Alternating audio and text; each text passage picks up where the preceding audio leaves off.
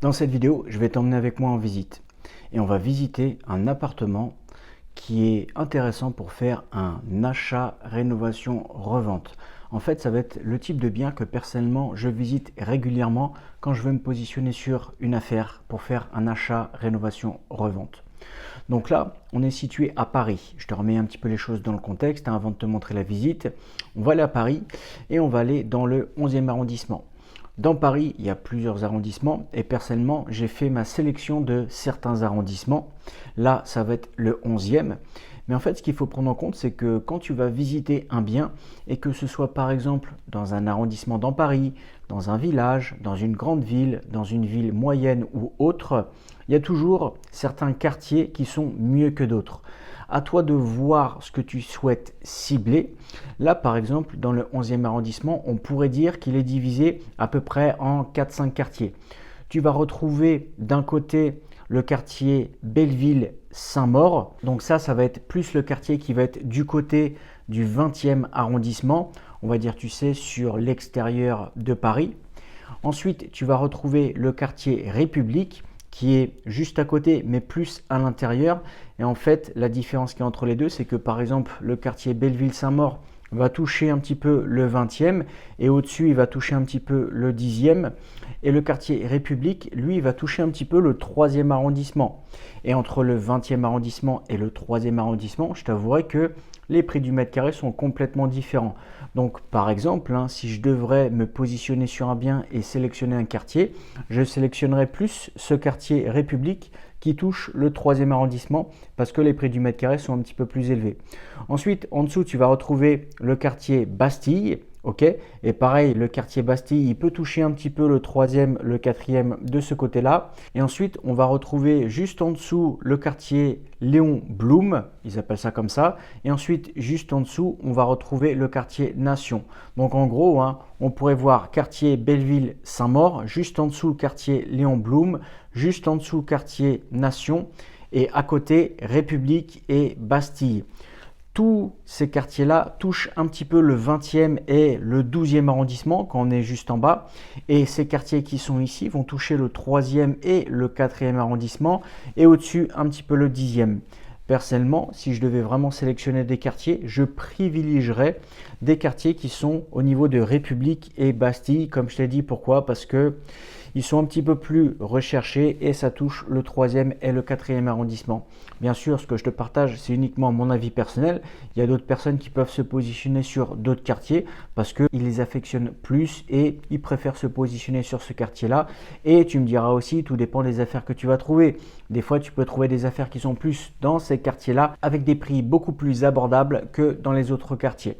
Donc ça, c'est un petit peu pour te situer le contexte. Là, on va visiter un bien qui est situé dans le quartier limite entre Belleville et République. Donc ça veut dire que ça ne va pas toucher le 20e, ça ne va pas toucher le 3e, c'est juste au milieu, ok? Donc ça, c'était un petit peu pour te remettre les choses dans le contexte. On va dire que dans le 11e arrondissement, pour faire une bonne affaire, il faudrait trouver, on va dire, un bien immobilier aux alentours des, allez, je vais te dire, 6 000, 7 000, 8 000 euros du mètre carré, quelque chose comme ça. Ça, on serait plus ou moins dans la fourchette basse, on va dire plus 6 7 000 euros. Ça, ce serait super, mais je t'avouerai que c'est rare. Ensuite, la fourchette moyenne, on serait plus aux alentours des, je te dirais, 9 000, 10 000 euros. Et la fourchette haute, on pourrait monter jusqu'à 11 000, 12 000 euros. Mais là, ce serait vraiment une fourchette quand même très très haute, avec un appartement qui a de belles prestations, avec un immeuble qui est bien entretenu, qui a de belles parties communes, etc. etc. et avec des charges qui ne sont pas très élevées. Donc là, ce que l'on va faire, c'est qu'on va visiter le bien et je te partage tous les détails au niveau du bien juste après, que ce soit au niveau des mètres carrés et également au niveau du prix. Allez, c'est parti, on va visiter le bien. Allô? Allô? Ici à droite, il y a une pièce fermée, donc ancienne cuisine qui donne avec une fenêtre. Alors c'est une fenêtre, Sur en bas. Je vous dis, ça peut être un atout pour faire une fenêtre pacifiée. C'est une fenêtre, D'accord. qui a été condamnée, mais si vous faites une chambre à coucher, ça pourrait faire un aspect quand même assez sympa. Ici, on a la salle de bain.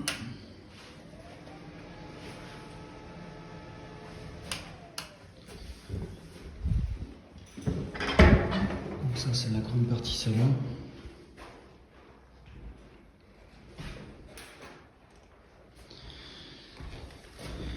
Ici, on a un placard avec les escaliers.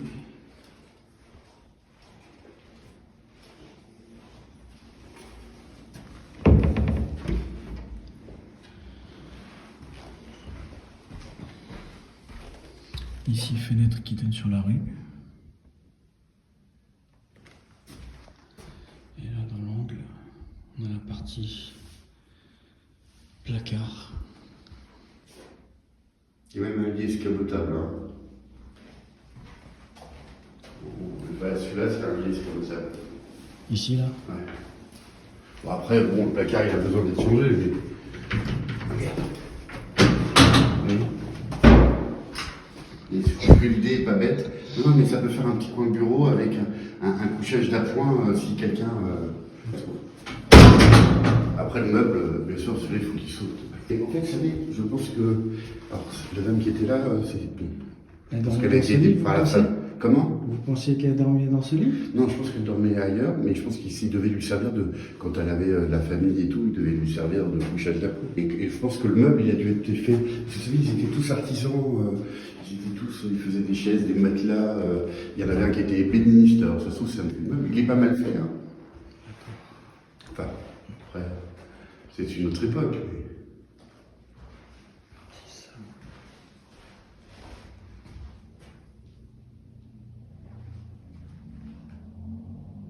Alors comme tu l'as vu, on a fait la petite visite. Donc là, on va faire un petit débriefing au niveau de l'appartement.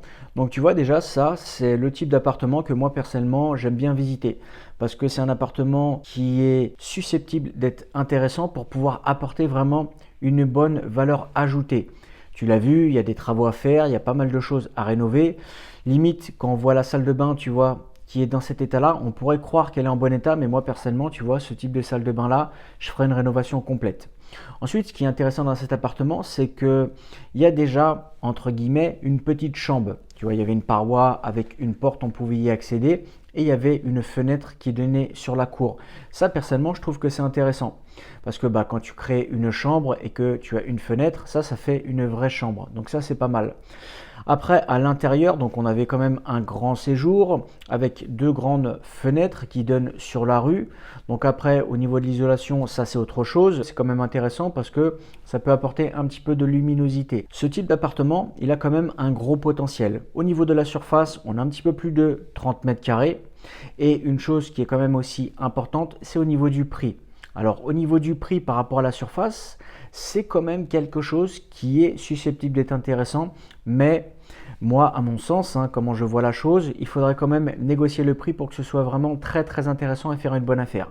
Là, le prix de l'appartement, il est à 270. Donc 270 000 euros, ça reste quand même intéressant, mais pour nous qui faisons de l'achat-revente, ou par exemple achat, rénovation, revente, il faudrait quand même essayer de négocier le prix. Parce que là, il y a quand même 30 mètres carrés, il y a pas mal de travaux à réaliser. Et si vraiment on veut refaire un appartement qui est super bien, avec une belle salle de bain, avec un salon qui a été rénové de A à Z, que ce soit au niveau du sol, des murs, du plafond, au niveau de la salle de bain, au niveau de création aussi de la chambre. Bref, il y a quand même pas mal de choses à rénover et il y a quand même un petit billet au niveau de la rénovation. J'ai fait des devis pour plusieurs types d'appartements. J'ai vu des devis qui allaient jusqu'à quasiment 2004-2500 euros. Mais attention, tout dépend aussi du type de rénovation que tu veux faire. En général, j'essaye de faire des rénovations qui sont un petit peu plus élevées que du standard. J'essaye de faire quand même des rénovations qui sont assez haut de gamme. Là, on ne parle pas non plus de rénovation luxueuse. Quand on est dans le luxe, là, on est obligé de mettre aussi des matériaux qui coûtent assez cher et on va vraiment taper entre 2005 et 3000 euros par mètre carré. Mais là, en l'occurrence, ce n'est pas le cas, mais c'est uniquement pour te donner un ordre d'idée par rapport au coût qu'on pourrait avoir pour faire une rénovation. Donc, comme je te l'ai dit, c'est un appartement, il a 270. Moi, je pense qu'il faudrait quand même le négocier un peu pour que ça reste une très très bonne affaire. À voir après les calculs de rentabilité. Là, je ne les ai pas faits dans le détail, mais je voulais te partager ce bien-là parce que je pense que c'est un bien qui est vraiment susceptible d'être intéressant pour nous pour faire un achat, rénovation, revente. N'hésite pas à me dire ce que tu en penses dans les commentaires. N'hésite pas à mettre un petit like aussi, à t'abonner à la chaîne.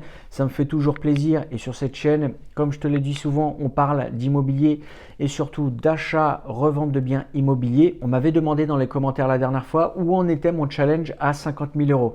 J'avais fait une vidéo il y a quelques mois de ça où je te parlais que je faisais un challenge à 50 000 euros. Le but du challenge, c'était quoi? C'était en fait de se positionner sur un bien et de faire un achat, rénovation, revente et de faire 50 000 euros de marge. Je te disais que peut-être à la fin, on ferait un petit peu plus ou peut-être un petit peu moins, mais l'objectif, c'était de faire 50 000 euros. Je t'avais partagé déjà 4 épisodes où je t'expliquais un petit peu comment j'ai trouvé le bien, où est-ce que j'ai trouvé le bien, quel type de travaux je vais réaliser, et également un petit peu l'avancée des travaux. Là, dernièrement, on s'était arrêté à la partie démolition, donc j'avais trouvé le bien, je t'avais partagé aussi certains aléas. Et là, dans pas très très longtemps, on va passer à la vidéo travaux. Donc il y a les travaux qui sont en cours, le challenge est toujours en cours. Les travaux prennent un petit peu plus de temps que prévu, mais dans tous les cas, je te partagerai vraiment l'évolution. Et là, la prochaine vidéo qui va sortir, ce sera la vidéo des travaux. Donc les travaux de A à Z, tu verras vraiment toute l'évolution du avant-après et tu verras à quoi ressemble le type de rénovation que je suis susceptible de faire. Et bien sûr, je te partagerai aussi les chiffres en toute transparence. Donc je te remercie d'avoir regardé la vidéo jusqu'ici, n'hésite pas à t'abonner et moi je te dis à la semaine prochaine. Ciao ciao!